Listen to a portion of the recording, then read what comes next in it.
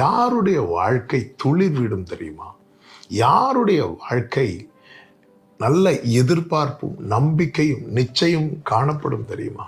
யார் வேதத்தை கவனிக்கிறார்களோ, யார் வேதத்துக்கு முக்கியத்துவம் கொடுக்கிறார்களோ அவர்கள் வாழ்க்கை தான்.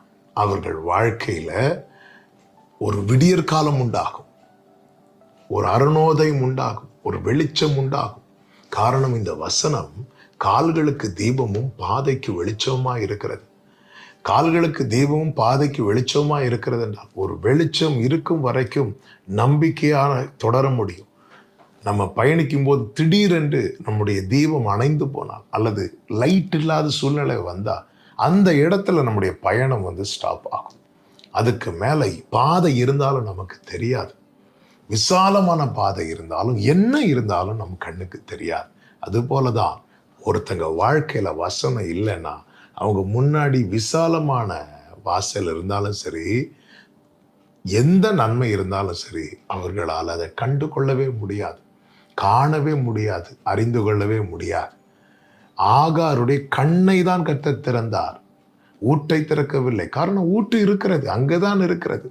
ஆனால் அவள் கண்கள் இருளா இருந்ததுனால அவளால் பார்க்க முடியவில்லை. கர்த்தர் கண்ணை திறந்து காண்பித்து கொடுத்தார். அது போலதான் இந்த வசனம் நம் கண்களை தெளிவாக்கக்கூடியது. எனவே தேவ பிள்ளைகளே, உங்க வாழ்வின் பாதையை நீங்க அறிந்து கொள்ள விரும்புறீங்களா? உங்க வாழ்வின் நன்மையை காண விரும்புறீங்களா? உங்க கவனத்தை வேதத்துக்கு திருப்புங்கள். இதுல என்ன சொல்லப்பட்டிருக்கிறது பாருங்கள். செய் என்று சொல்லுகிறதை செய்யுங்கள், செய்யாதே என்று சொல்லுகிறதை விட்டுவிடுங்கள். இதுதான் கவனிக்கிறது.